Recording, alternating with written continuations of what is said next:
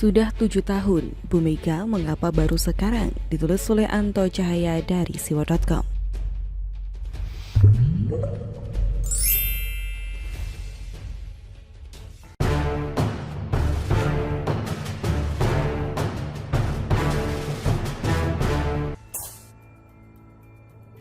Tangisan Mega beberapa waktu yang telah lalu seketika menjadi pembicaraan hangat di tengah masyarakat dalam pernyataannya. Seraya menahan tangis, Mega mengungkapkan rasa kasihannya kepada Jokowi, presiden sekaligus petugas partai yang biasa ia katakan di berbagai kesempatan.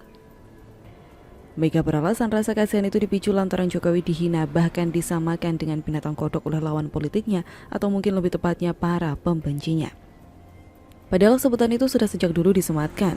Kurusnya tubuh Jokowi juga disebut akibat memikirkan rakyatnya. Pada titik ini sosok seorang ibu memang terlihat pada diri Mega. Akan tetapi timbul tanya dalam hati, mengapa baru sekarang Mega mengatakannya setelah 7 tahun Jokowi memimpin negeri ini yang nyaris setiap saat dilecehkan, dihina dan dicaci oleh para pembencinya.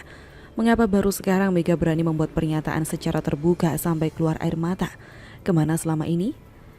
Padahal sebagian besar rakyat tahu selama menahkodai republik ini sudah tak terhitung banyaknya presiden kerap diperlakukan tidak manusiawi oleh banyak pihak. Dan Jokowi sama sekali tidak ambil pusing. Ia tetap tenang dan sabar, tak terpengaruh. Presiden tetap bekerja seperti biasa membangun negeri. Rakyat jauh lebih utama daripada mengurusi kumpulan sampah demokrasi. Sedang yang paling nyata terlihat mengcounter kelompok busuk itu para pendukung Jokowi. Pendukungnya setia mengawal sang presiden ketika narasi framing jahat, fitnah dan hoax membombardir dengan sadis dan brutal. Sementara para politisi koalisi pendukung Jokowi hanya diam seribu bahasa, sama sekali tidak berbuat apa-apa. Bahkan sebatas mengecam tindakan yang melecehkan presiden pun tidak. Seakan tutup mata, tutup telinga. Barangkali akibat terbuai semilir AC di kursi singgasana, seolah membiarkan perilaku buruk yang datang dari sesama politisi, pengamat, tokoh publik, dan sebagian simpatisan oposisi berpesta pora menghantam kepala negara dengan membabi buta. Padahal jelas tindakan itu cara berpolitik yang sangat buruk untuk masyarakat Indonesia, terutama para generasi muda. Sebab perilaku itu akan sangat mudah diduplikasi di masa yang akan datang. Dan seperti biasa mereka para pembenci itu selalu bersembunyi di balik kata demokrasi. Kata demokrasi seolah pintu gerbang kebebasan alasan pembenaran atas segala tindakan. Maka tak keliru jika sikap Megawati yang secara tiba-tiba tersebut dipahami oleh banyak pihak sebagai drama air mata jelang 2024. Dan yang menarik sampai saat ini tidak ada isyarat pernyataan Jokowi soal tangis Megawati tersebut.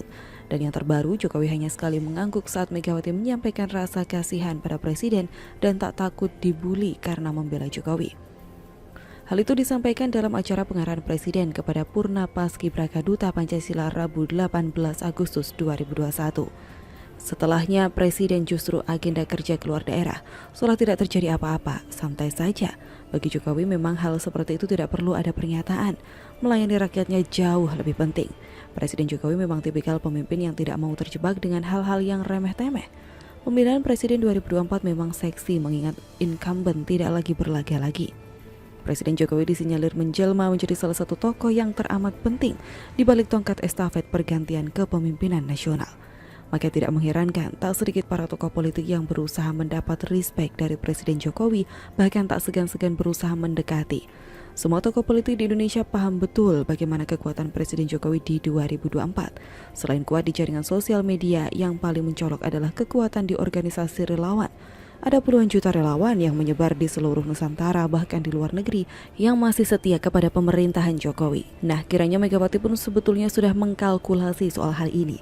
Meski bukan seorang ketua partai, tapi kekuatan Jokowi jauh melebihi dari mereka. Ada rasa khawatir juga dalam diri Mega mengingat sebelumnya cukup banyak serangan ke Jokowi dari para kader PDIP sendiri. Dan yang menarik, balasan Jokowi justru bikin Mega dan PDIP ketar-ketir. Semiotika politik Jokowi dalam mensikapi manuver para kader PDIP terbilang lembut tapi maut. Kemunculan Gibran dengan mengunggah foto bersama Ganjar Pranowo dan Erlangga Hartarto adalah salah satu jawaban yang lumayan bikin PDIP harus berpikir ulang. Cara mereka terbilang tidak mempan dalam mengirimkan sinyal-sinyal politiknya. Bergaining power mereka tidak cukup kuat untuk mengintervensi seorang Jokowi.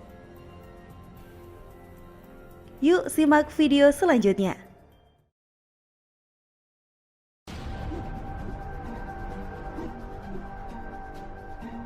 Doa Mu'i Tohok Jokowi dibalas telak doa menak.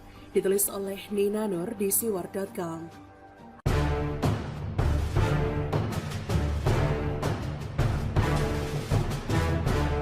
Doa dari MUI dibacakan oleh Wakil Ketua Komisi Dakwah MUI Habib Nabil Al-Musawah. Doa itu diawali dengan mendoakan Ketua Umum MUI yang mengalami kecelakaan, lalu mendoakan orang tua agar selalu dalam lindungan Allah Subhanahu wa Ta'ala. Doa pun berlanjut hingga sampai ke bagian doa yang mendoakan para pemimpin negara ini.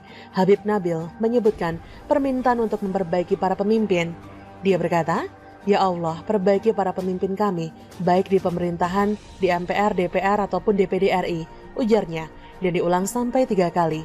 Ditambah dengan permintaan agar mereka itu dibimbing oleh Allah dalam menegakkan keadilan, dalam menyayangi dan memperhatikan kepentingan rakyat, agar ditumbuhkan kecintaan mereka kepada rakyat dan kecintaan rakyat kepada mereka. Loh, serius MUI itu doa? Doa kok isinya tendensius dan cenderung provokasi ya? Seakan para pemimpin negara ini khususnya Presiden Jokowi tidak pernah sama sekali bekerja untuk rakyat. Yakin MUI tidak salah waktu? Emangnya MUI bisa menjamin jika presidennya bukan Jokowi, maka Indonesia bisa keluar dari krisis ekonomi secepat ini? Maka Indonesia bisa mendatangkan banyak vaksin untuk rakyat? Uang ratusan triliun dipakai pemerintah untuk membangun rumah sakit, tempat isolasi, mengobati pasien, untuk bantuan sosial, dan untuk menyediakan vaksin untuk rakyat. Emangnya MUI yakin kalau uang negara ratusan triliun di tangan presiden selain Jokowi akan selamat? Kenapa nggak sekalian saja MUI berdoa agar presidennya turun dan diganti? Emangnya MUI sudah bikin apa untuk rakyat selama pandemi? Wajar kan? Berbagai pertanyaan timbul berbalik kepada MUI. MUI sendiri yang bikin doa yang isinya malah seperti melontarkan tuduhan. Doa yang politis. Benar saja, doa itu pun langsung disambar oleh oposisi, oleh Partai Demokrat. Anggota DPR RI dari fraksi Demokrat, Irwan Feiko pun langsung mempolitisasi doa MUI. Irwan menyorot kata perbaiki yang diucapkan dalam doa MUI berkali-kali. Membaca doa meminta perbaiki pimpinan, perbaiki pemerintahan, perbaiki kondisi hari ini sebagai harapan si pembaca doa. Irwan pun menilai bahwa si pembaca doa pihak MUI ini memahami adanya kerusakan berat di dalam negeri ini. Tulis Irwan Peko, berkali-kali kata perbaiki dalam doa yang disampaikan pada sidang tahunan kali ini. Perbaiki pimpinan, perbaiki pemerintahan, perbaiki kondisi hari ini, semua itu harapan yang disampaikan berulang-ulang oleh pembaca doa. Nampaknya beliau memahami ada kerusakan berat di negeri ini. Tuh kan, doa yang politis, memancing narasi politis. Sudah bukan doa lagi, lebih mirip seperti orasi demo yang kemudian ditunggangi oleh pihak oposisi untuk menyerang pemerintahan Presiden Jokowi. Parah nih MUI. Namun ternyata tidak pakai lama, MUI pun dibalas telak oleh Menteri Agama, Menak. Entah sengaja, entah kebetulan belaka, keesokan harinya, tepatnya pada hari peringatan HUT RI tanggal 17 Agustus 2021, gantian Menak, Yakut Khalil Qomas atau Gus Yakut yang membacakan doa. Doa yang sungguh indah, tapi kalau dicermati seakan membalas telak doa politis MUI. Menak Gus Yakut memulai doanya dengan melukiskan keindahan ciptaan Tuhan. Berterima kasih kepada Tuhan yang menganugerahi kita negeri yang sangat indah dan bangsa yang menyukai keindahan, serta kemerdekaan yang indah. Gus Yakut pun meminta agar Tuhan juga menganugerahi kita, para pemimpin kita dan bangsa kita kepekaan menangkap dan mensyukuri keindahan anugerah itu, termasuk keindahan kasih sayang dan saling menyayangi, keindahan rasa malu dan tahu diri. Gus Yakut juga meminta agar Tuhan menyelamatkan jiwa kita semua dari noda-noda yang mencoreng keindahan martabat kita. Meminta agar Tuhan memancarkan cahayanya, agar kita dapat menangkap keburukan jalan sesat setan dan menghindarinya. Agar kita semua dapat menangkap keindahan kebenaran dan mengikutinya, menangkap keburukan kebatilan dan menjauhinya, agar kita dapat menangkap keburukan kebohongan dan mewaspadainya. Agar disirnakan dan jangan disisakan sekelumit pun kegelapan di batin kita semua. Demikian antara lain isi doa Menak Gus Yakut. Doa yang sangat dalam maknanya. Menyentil mereka yang hatinya masih saja disusupi oleh keburukan, kebohongan, dan kegelapan, yang demi kepentingan tertentu sampai mau merekayasa doa menjadi jembatan kepentingan politis, berisi narasi yang tidak berdasar kenyataan, yang menafikan segala keindahan, hasil kerja keras Presiden Jokowi dan jajarannya sehingga semua hasil kerja itu dibuat seakan gak ada, dan tidak mendatangkan manfaat apapun untuk rakyat. Padahal begitu banyak rakyat yang menikmati perawatan gratis, obat dan vitamin gratis, vaksin gratis, serta bantuan sosial yang disebarkan ke seluruh rakyat yang kurang mampu. Belum lagi pengurangan pajak, diskon tarif listrik, bantuan oksigen, dan masih banyak lagi. Rakyat pun sudah memberi nilai baik terhadap kinerja pemerintah. Banyak buktinya di berbagai survei. Nah, wahai MUI, nikmat mana lagi yang kau dustakan? Selalu dari kura-kura. Bagaimana menurut Anda?